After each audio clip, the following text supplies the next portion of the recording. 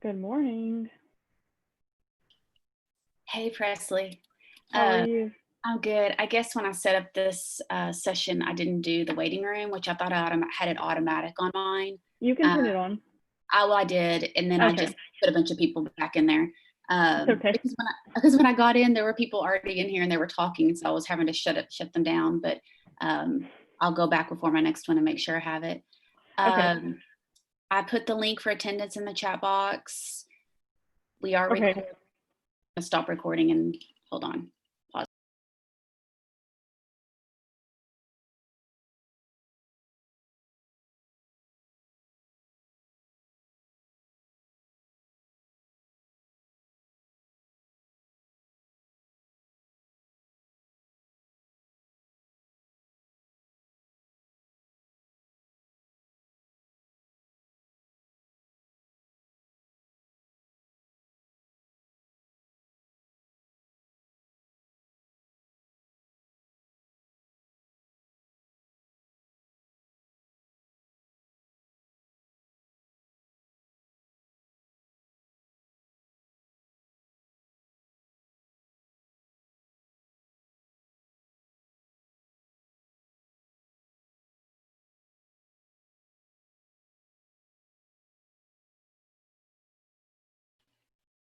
Presley, are you letting people in from the waiting room, or am I supposed to do that?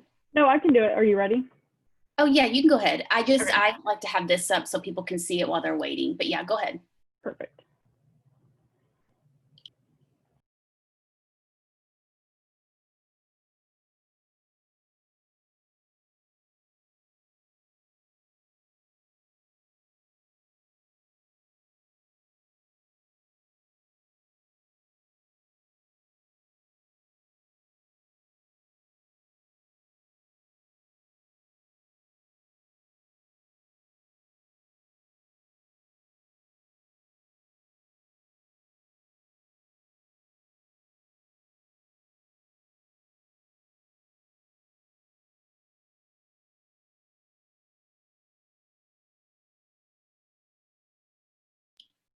Good morning, everyone. It is 9:20, so we're going to get started. It is going to be fast and furious, so welcome.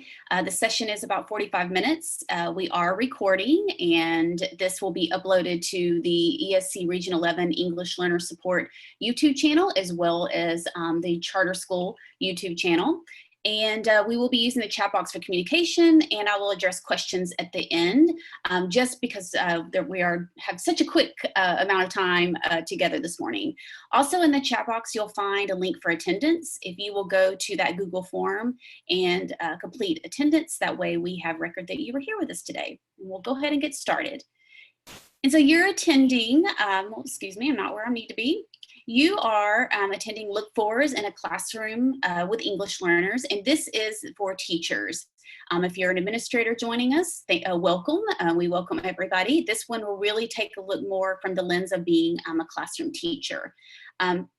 So let's get started. I'm Melanie Yoakum. If we have not met or you've not been in any of my sessions, thank you so much for joining me this morning.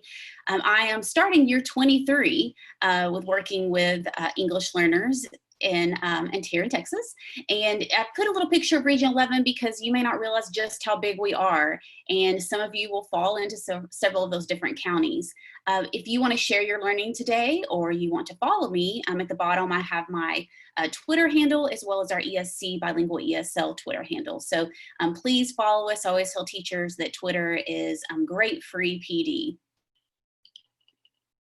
We're going to start off this morning with a quick little poll, and this is just a pre-assessment. So thinking about what is your level of understanding? And when you're thinking about what do I do in my classroom for English learners? How do I set up my classroom?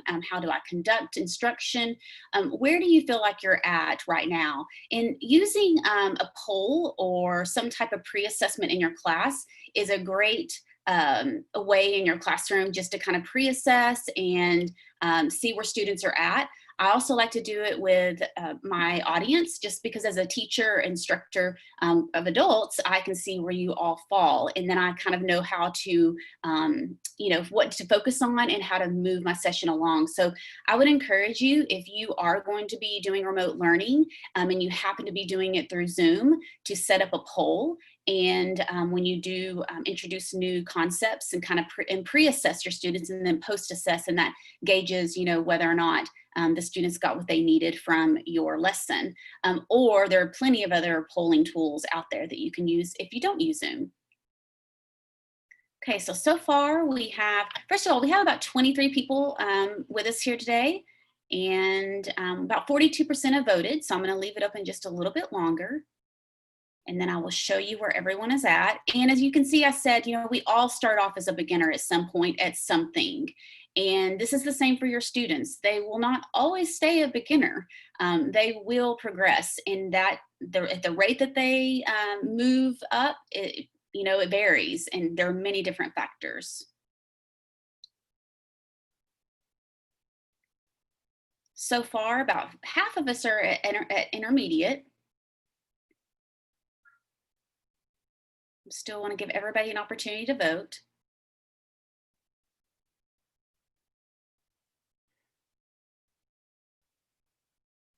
About half of us have voted so far.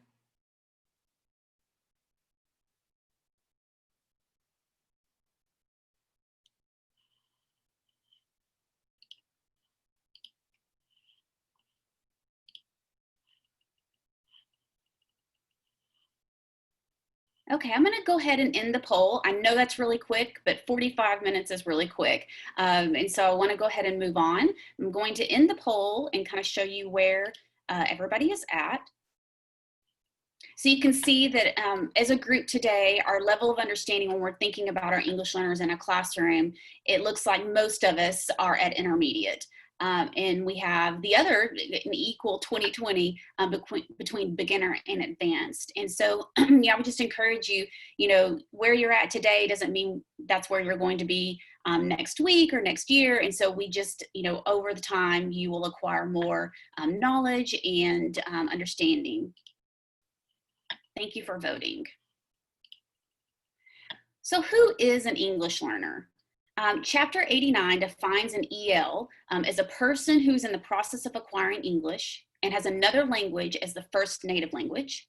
The terms English language learner and limited English proficient students are used interchangeably. So if you've been around as long as I have, between TELPAS and other things, the names have changed throughout the years. But ELL is still widely used throughout the US, but here in Texas, they have shifted to English learner in the last 2 years. And so we've moved into that, and you'll start seeing like chapter 89 has been updated, and they're starting to update that language. But just know that an ELL is, it's the same thing, ELL, okay? So what should we see and hear in our classroom with English learners? We're going to look at the classroom, we're going to look at us as teachers, and then we're going to look at what we should see from our students. So first, we're going to take a look at the classroom. One thing that is, what I would tell you is probably the most important, is your classroom needs to be welcoming and supportive. Often as a district level person prior to coming to the service center, and then now I get a lot of phone calls of people in a panic about what do I do? We don't have any students who speak Urdu or whatever the language may be. And what I have always all along encouraged teachers and administrators is the effective needs are number one. That is your number one priority. All the learning and everything will come, but if students do not feel welcome and they do not feel supported, that will even take even longer for them to acquire language. So I will tell you that this is the priority, is really making sure that your environment and your classroom is welcoming and supportive. And that's not just your classroom, but the whole campus. So let's take a look at what that looks like. So in action, that would mean cultivating an acceptance of diversity by acknowledging students' backgrounds. So as a former ESL specialist, I loved hearing about all the different backgrounds of my students. Did I personally, believe in their religions or what their cultures? Well, maybe it didn't align with my own personal beliefs, but that didn't matter because they were my students and I loved them. So, really being accepting of their diversity and acknowledging their backgrounds and having them share. Also, this is another big one, making sure you pronounce or making an effort to pronounce the students' names correctly. I can't tell you how many times I have worked with teachers and they've actually changed students' names because they couldn't say them. Do your best to pronounce them. And I know some of my students would giggle at me because I wouldn't say it correctly, but I would just say, let's practice again, say it again. And I always wanted to honor their name. I don't know about you, but I would not want somebody to call me something different or to just butcher my name because they couldn't say it, but to make every effort to do that. So that is very, very important. Also modeling empathy by showing compassion towards students that are struggling to acclimate. A lot of students, they didn't choose to come here. Our children follow us as parents. And I've had middle school students who were angry about being here.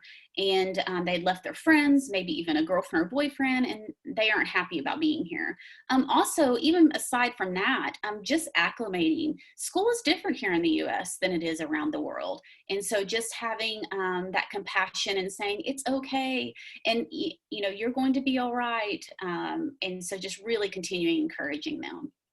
Also, our students are taking risks to speak and participate. We want them to feel comfortable in the classroom. Often I worked with students or with teachers even that say, Melanie never talks in class, but she did when she would come to see me, she talked all the time. So obviously my student didn't feel comfortable speaking in that teacher's classroom. So making sure that our environment is such where our students will take risk to speak and participate. And because if they don't, again, that progression will be slowed down as far as developing language. Also, students are included in a non-threatening way.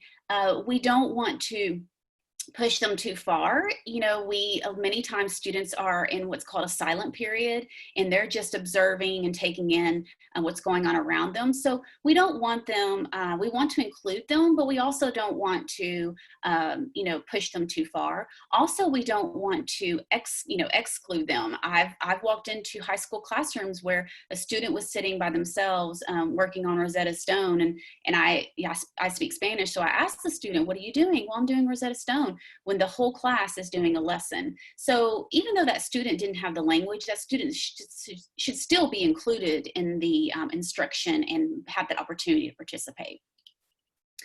And then also student effort is valued by the teacher and the peers, especially with younger kids. It's very easy to say, oh, we have a new student and our new student is from here and they're still learning English and we're going to be helpful friends. But even older kids, when I taught middle school, I would kind of, hey guys, we're getting a new student and right now, they're not going to know what's going on. So let's all be helpful and be kind. And so just really, modeling that in our classroom, but also talking to our students about that. And then finally, students, again, as I'd mentioned about students are not forced to participate. So we don't want to force them to participate, but we want to include them because again, it's very scary. And if you've ever been abroad and actually gone to school abroad, it can be scary. And we only have 45 minutes together, but if you're ever in any of my other sessions, I talk about my time in Costa Rica as an adult, where I cried on day 3 going to school, and I even spoke the language. So we have to make sure that we're, very mindful of those things. All right, so the next thing is linguistic support accessible. What does that look like? When we're talking about accessibility, linguistic support, what does that mean when we're in regards to English learners? So in action, items in the classroom are labeled. This is pre-K-12, this is any content, this is helpful. This is helpful for all students, but in particular your English learners. Why is it so helpful? Because this helps me with reading, it helps me with writing, because if I can see things around the classroom that are labeled, I can copy those down, but even your non-ELs can use that as well. So labeling items in the classroom is very important. Not just labeling, but a lot of classrooms will do directional things like so north, east, southwest, or horizontal, vertical, lots of different things. So regardless of content, I would highlight, and grade level level, I would highly encourage a classroom that's labeled. Also a word wall, progressive word wall, not wallpaper. Too often as an appraiser, I would walk in, the same 6 words were on the word wall that I saw when I came, a few weeks ago. So progressive means we keep going. That's displaying academic language. Again, these word walls, this is not an elementary thing. This is all grade levels, all contents. U.S. history, I coached U.S. history teacher prior to me being in this position at the Service Center. And, we worked on having a word wall in U.S. history, any course. So think about why our students struggle on state assessments or struggle, in general, is the academic language. But how could we utilize a word wall to promote the language of our content? Content visuals and anchor charts. So anything you can have in your classroom that is promoting that content. So anchor charts, again, with anchor charts, if all possible, having student created anchor charts, or together as a class, you're creating the anchor chart. Because in an anchor chart, if I just make something beautiful and put it up on the wall, students are less likely to pay much attention to it. But if, we have a lesson and maybe I ask one of my students, it's a really great artist, like, hey, let's, or in collaborative groups, we make anchor charts. Students are more likely to utilize them. And if you've been in a testing environment situation, you will see how students will look around the room during testing because they're looking for that anchor chart that maybe they utilize during class. So great tool to use. Sentence stems and paragraph frames are available. This is important for all students. And here's the thing about a lot of these things you're going to see, and you will hear me repeatedly say in any of my sessions, that yes, ESL strategies are best practices for every student.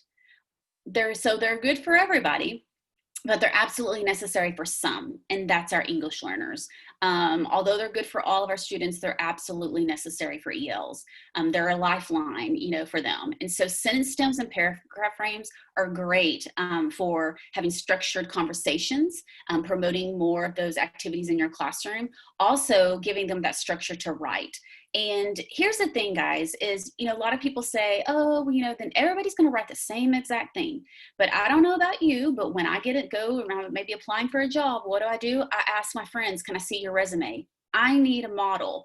Also, sometimes when we have to send important emails, we may ask a friend or ask someone, hey, can I see the email that you send out to people to teach to parents? And then that gives me a framework. So the same with students in general, any student. You cannot expect them to write an exemplar paper when they've never actually seen one or practiced doing that. So I highly encourage those sentence stems and paragraph frames. And then bilingual ESL picture dictionaries. Those, they could be a bilingual dictionary, or you can buy some that are ESL or picture dictionaries. Do they have accessibility to something in the classroom that can support them when they need to know what a word means? Here's something to be cognizant of. I just want to point out is we do receive students from some places that they don't know how to read or write in their native language. So that doesn't help them, or at least the bilingual dictionary does not help them. Also, I've received students from countries that didn't even have a written language. So that didn't help them. But picture dictionaries, those are always, the more visuals you can have, the better. All right, so now let's take a look at the teacher. And I know we're moving fast, and I want to get to where we can have a moment where if you want to ask questions, you can. And I'm going to share some resources with you. So let's take a look at ourselves as a teacher. What should I be doing in my classroom? So implementing best practices. Again, this is great for all, but it's absolutely necessary for some, and that's our ELs. So what does that even look like? So in action, giving clear, explicit instructions. And the things that you're going to see, these are things that I coach teachers on that don't even have English learners, okay? So giving clear, explicit directions. Do my students understand? Am I maybe putting these on the board and making it being very explicit about what I want? Checking for understanding and providing feedback. When you have a struggling student, are you periodically or, frequently actually checking, do you understand, do you get it?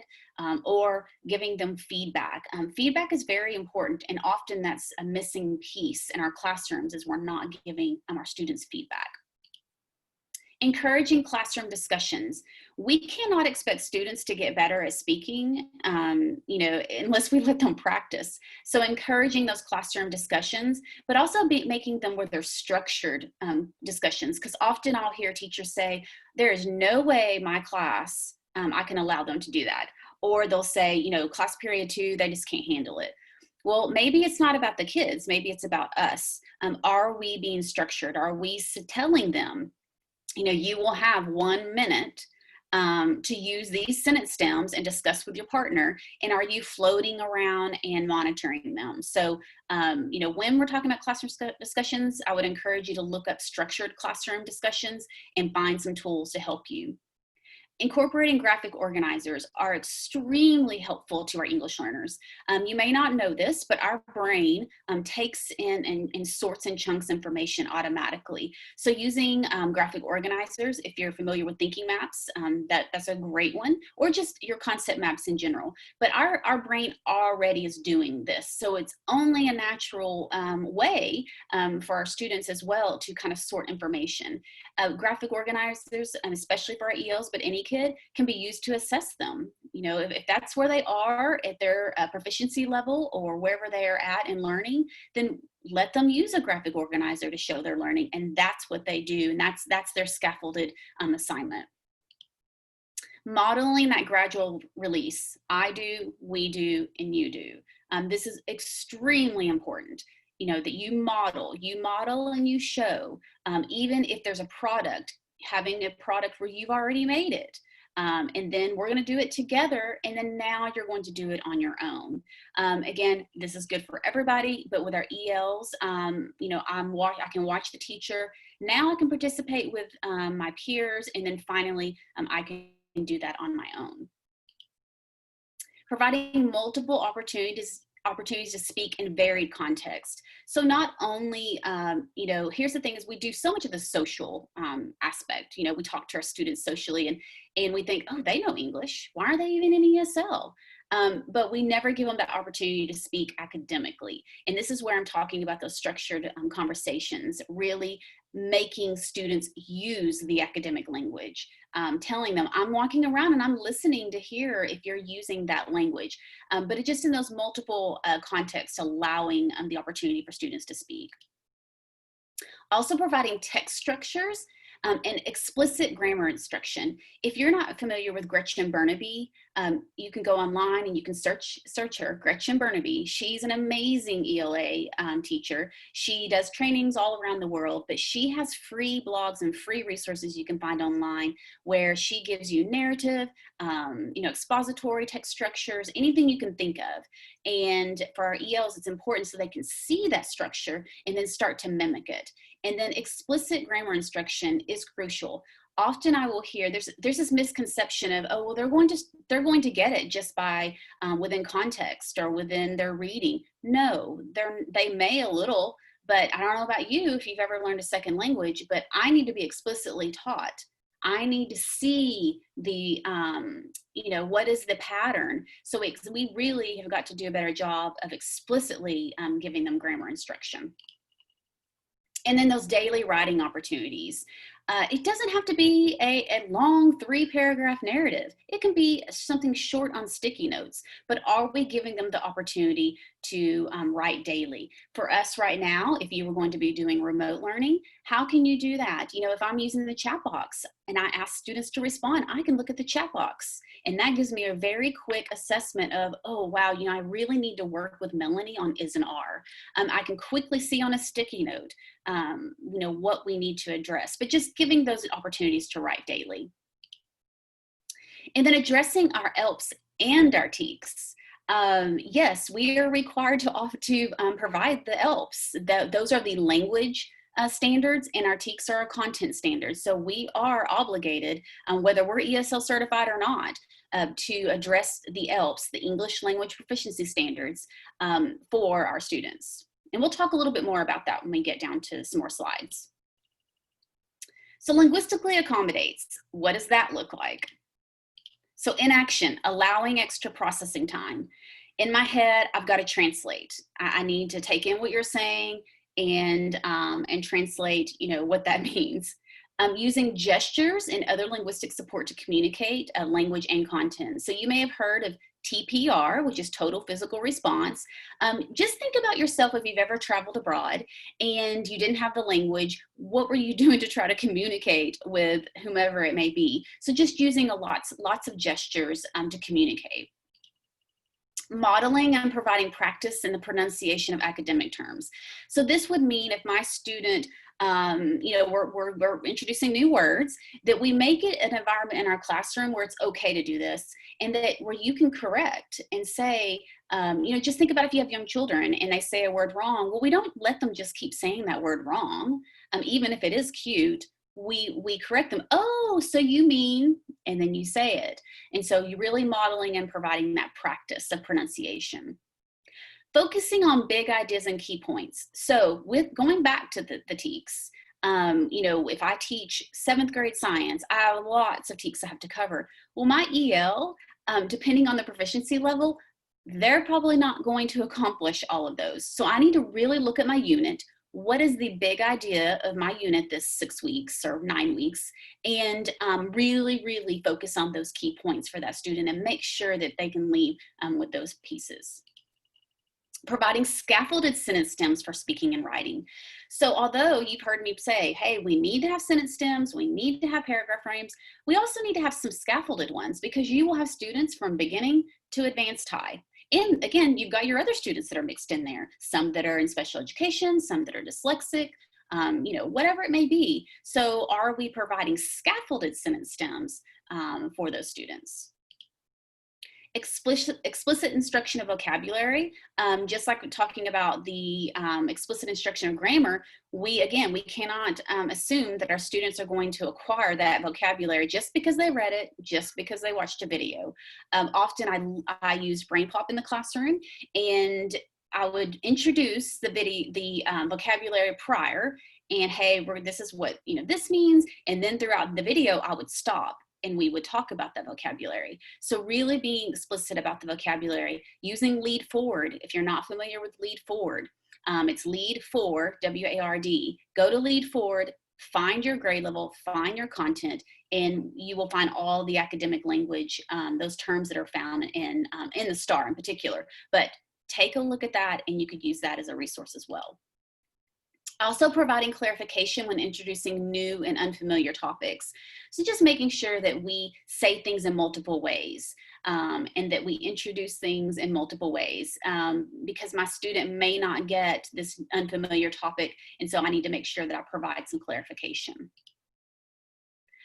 Also, you'll see at the bottom, I have that little notation the degree of how you use these just depends on the proficiency level of your student. So this is more to look at. So allows demonstration of mastery through drawing, listing, labeling, use of native language, and peer collaboration.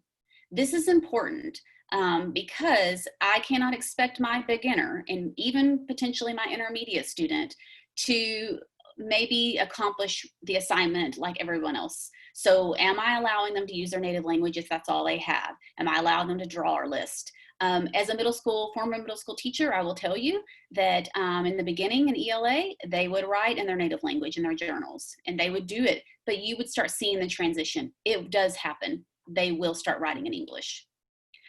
Providing slower speech, and I don't mean to the extent where it's, demeaning, but we talk fast here in Texas, and just in general, I'm talking fast now because we have a lot to get through, right? And you have a lot to get through when you're in class, but providing slower speech, verbal cues, and simplified language.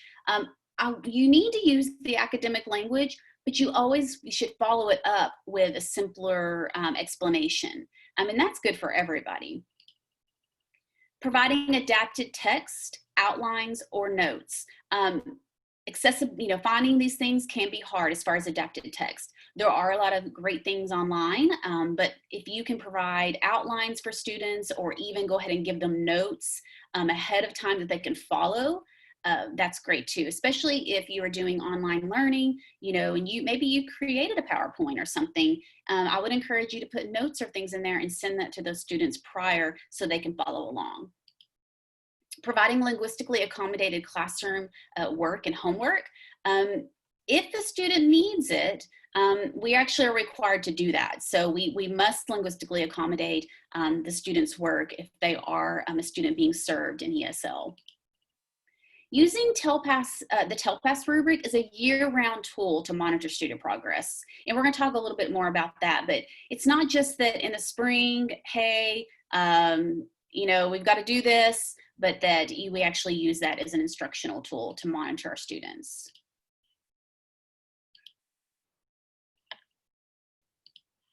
All right, so now we're going to take a look at the student. What will we see from our students? So we would hope to see them engaged and participating. And yes, that's even our beginning students, not having the language. If they feel comfortable enough in your classroom, they will participate. And even at middle school, I keep going back to my middle school days, and I've taught all the way through elementary, but I had students who didn't speak any language and they just jumped right in because they felt comfortable enough, even though they didn't have the language. But what does this look like? So in action, students are engaged and participating to the maximum extent the proficiency allows. I mean, if they're a beginner, you may not see a whole bunch. They're given opportunities to listen, speak, read, and write. Again, we cannot expect students to make progress if they are not, practicing these things. You are allowing them to use the native language to some extent if they need to, and non-linguistic representation to complete assignments.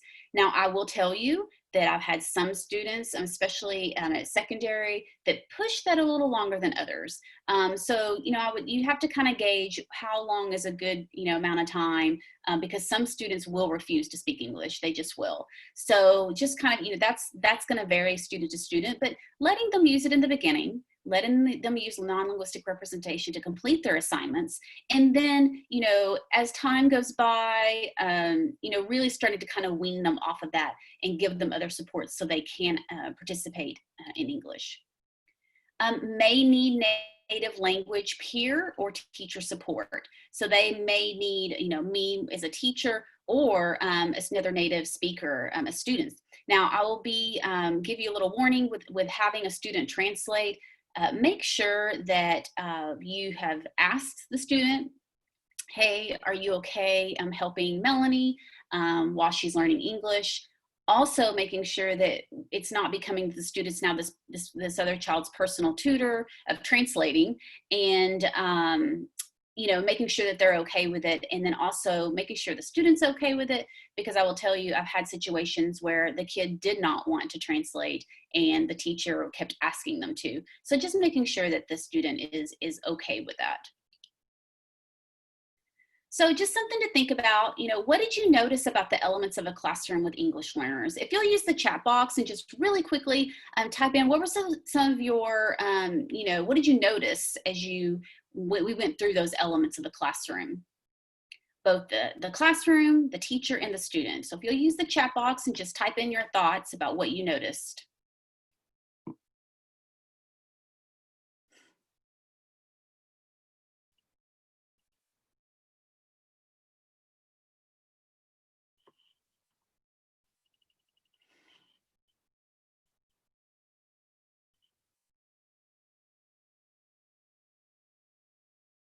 So we're just using the chat box to share what were some of our noticings about the elements shared between classroom, teacher, and student.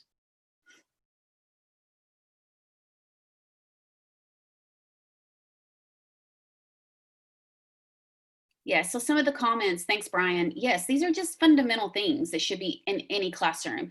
And these are best practices. That's what I say in all of my sessions. They are, and they're helpful for every kid. But when they're not there, not only does it, is it at the detriment of all kids, but especially our ELs. I mean, it's absolutely necessary that they have these supports.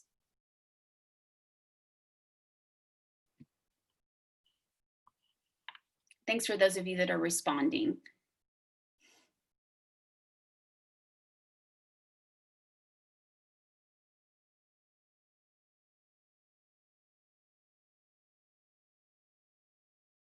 Okay, I'm going to move on to the next slide. And again, that's only because we're together for such a short period of time and I want to allow an opportunity to answer any questions. But if you are typing, please keep typing so we can go back and read your comments. So now, what tools as teachers can we use to plan and monitor with our English learners in mind?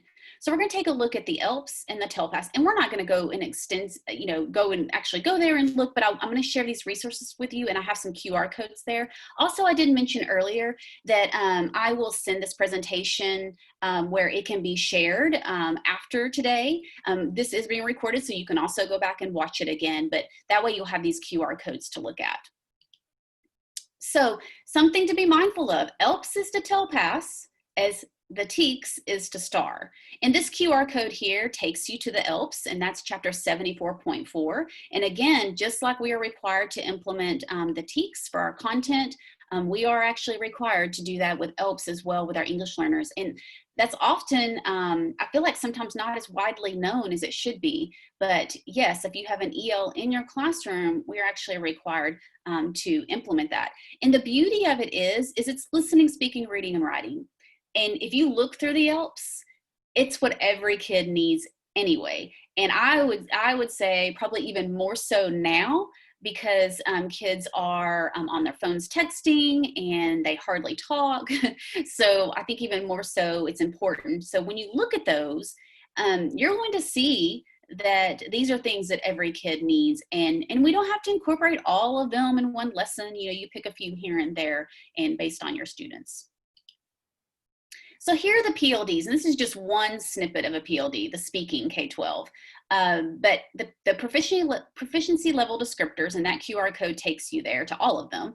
But as you'll see, it gives you, an idea of what a beginner all the way to an advanced, what you would see. And then it gives you all of these descriptors. Now, I tell teachers when it gets time to do the ratings, this is not a checklist. This is a holistic view of a kid.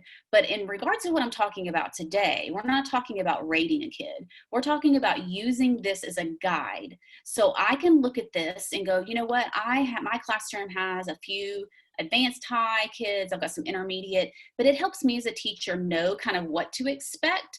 And then also kind of helps me realize, oh, I need to really scaffold that assignment because my intermediate might not be able to do that. And so this is really, I see this as a rubric for you, or not even a rubric, but just kind of a roadmap for you to see how students progress through the language domains, listening, speaking, reading, and writing, and through the levels. The idea is that they move up a level every year. Sometimes that doesn't happen. In my experience, sometimes that doesn't happen because potentially the student might have a learning disability or have something else going on. And so that may be why they don't progress. But I would encourage you to take a look at these.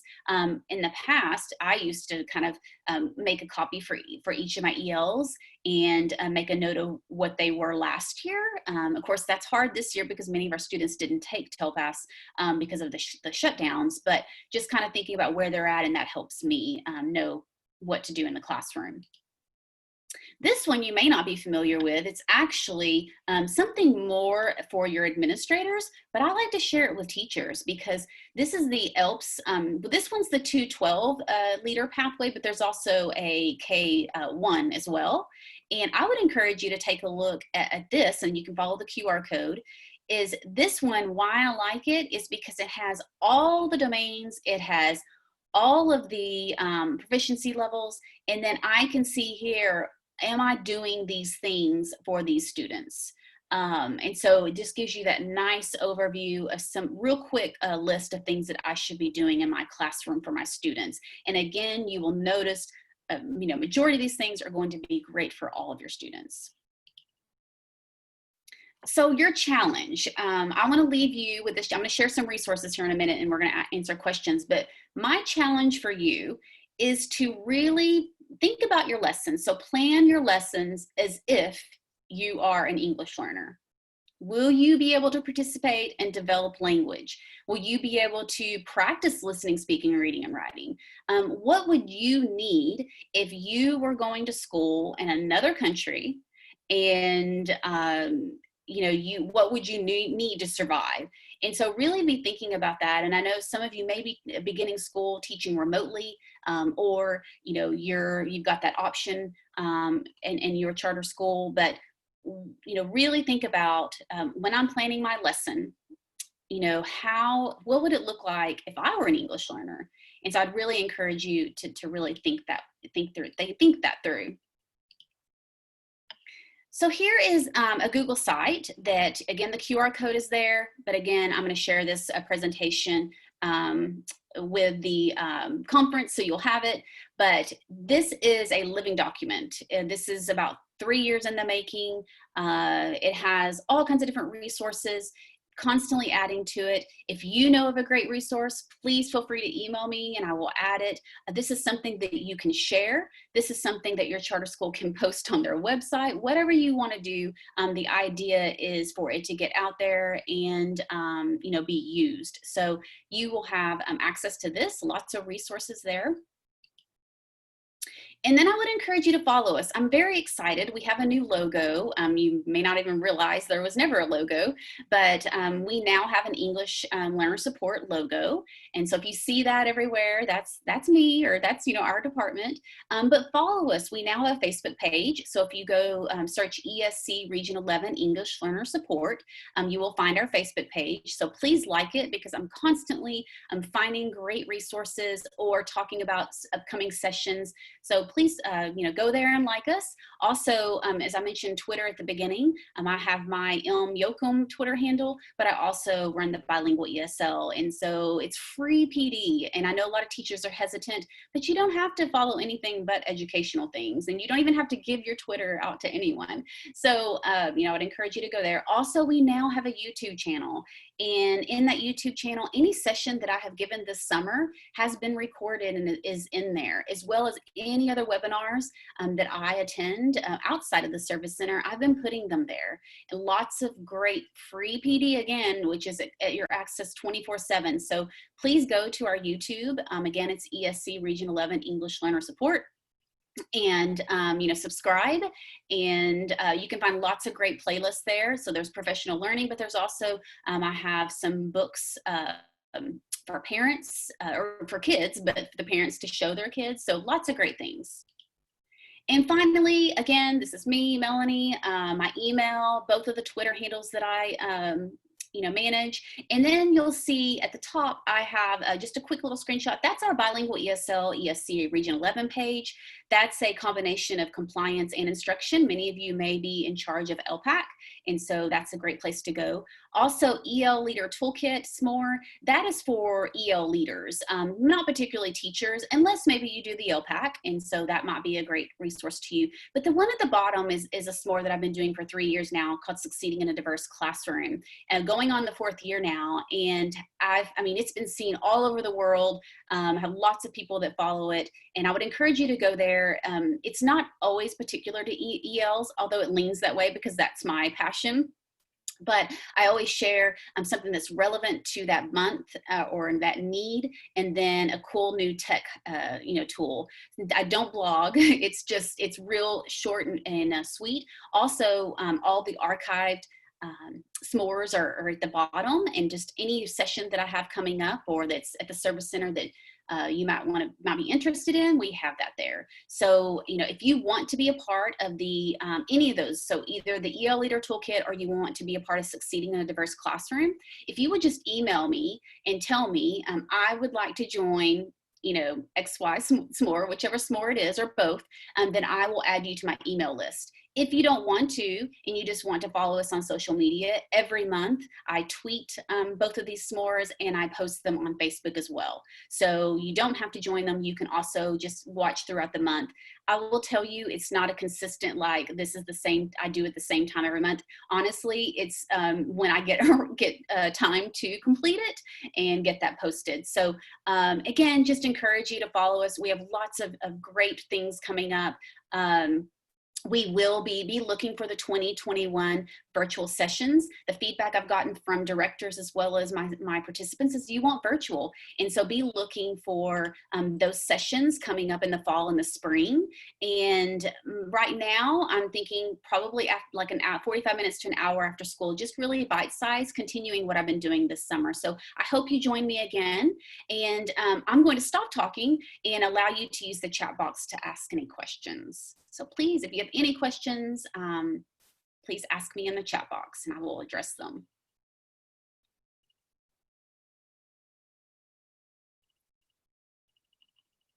And if you haven't had a chance to do the attendance, please follow that link and I will copy and paste that back in at the bottom. So that way you can get credit for attending today. So any questions that you guys have? I think I just barely made it. 45 minutes is so quick. So if you don't have any questions, if you'll just let me know by, saying good, or thank you. And please don't put your emails in the chat box because I'm not going to take them down. If you want to be a part of those s'mores, then you need to email me. And so my email's displayed, and if you will email me, I will add you to those things. Thank you so much for joining me today. I appreciate you coming. And I did see a few familiar names in the list. So thanks for coming back or, joining me again. But I will share this with the staff so they can get these posted. And so you will have access to all of these resources.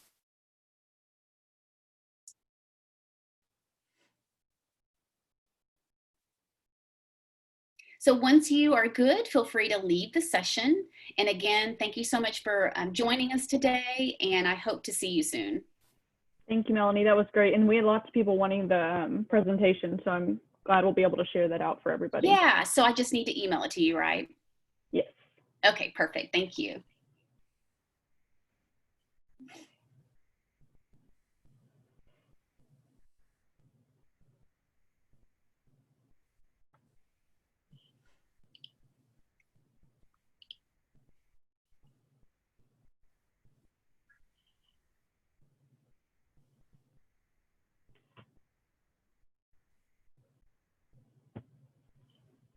So thank you again for joining us. Once you have said thank you or you signed off, feel free just to leave the meeting so you can get ready for your next meeting or next session, excuse me, not meeting. But again, thank you so much for joining me this morning. Melanie, I'm going to go ahead and jump off and go to the next one.